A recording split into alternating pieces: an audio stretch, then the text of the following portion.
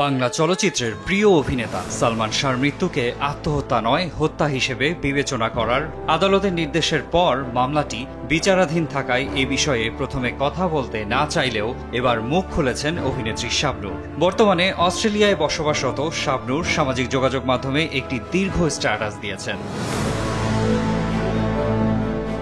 সন্ধ্যায় শাবনূর তার প্রোফাইলে সালমান শাহর সঙ্গে নিজের নাম জড়িয়ে মিথ্যা ভিত্তিহীন তথ্যের নিন্দা জানান। সেই সঙ্গে অভিনেত্রী নিজের জীবনের অভিজ্ঞতাও শেয়ার করেন।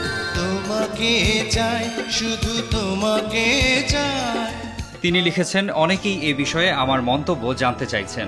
যেহেতু বিষয়টি বর্তমানে আদালতে বিচারাধীন, তাই আগে কিছু বলতে চাইনি, কিন্তু দুঃখজনকভাবে লক্ষ্য করছি কিছু ব্যক্তি অসৎ উদ্দেশ্যে আমার নাম জড়িয়ে বিভ্রান্তিকর তথ্য ছড়াচ্ছেন। আমার সম্পর্কে ভিত্তিহীন এসব গুজব ও অপপ্রচারের তীব্র নিন্দা জানাচ্ছি। আপনার রুচির সাথে মানানসই স্টাইলিশ সব ডিজাইন থেকে বেছে নিন জংমুক্ত ও long lasting shine basin tap. Fittings shine তো সবকিছু ফাইন। শাবনূর আরও লিখেছেন, সালমান শাহ ছিল আমার অত্যন্ত প্রিয় সহ অভিনেতা। আমরা একসঙ্গে প্রায় 14টি চলচ্চিত্রে কাজ করেছি। তিনি ছিলেন অসাধারণ, প্রতিভাবান ও জনপ্রিয়।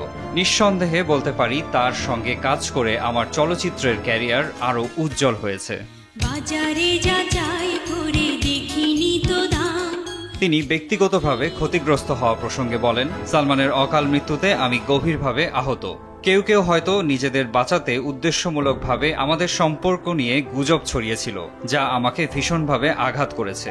তবে আজও আমি স্পষ্ট করে বলতে চাই, সালমান শাহ কিভাবে মারা গেছেন আমি সত্যিই জানি না। আমি শুধু তার মৃত্যুর সঠিক তদন্ত ও ন্যায় বিচার প্রত্যাশা করি। উল্লেখ্য, দীর্ঘ 29 বছর পর সালমান শাহর আত্মহত্যা মামলাটি এখন হত্যা মামলায় রূপান্তরিত হয়েছে। 21 অক্টোবর রমনা থানায় সালমান শাহর মৃত্যুর ঘটনায় নতুন করে একটি হত্যা মামলা দায়ের করা হয়, যাতে তার প্রাক্তন স্ত্রী সামিরা হক সহ 11 জনের নাম রয়েছে। মারজান ইভান, RTV।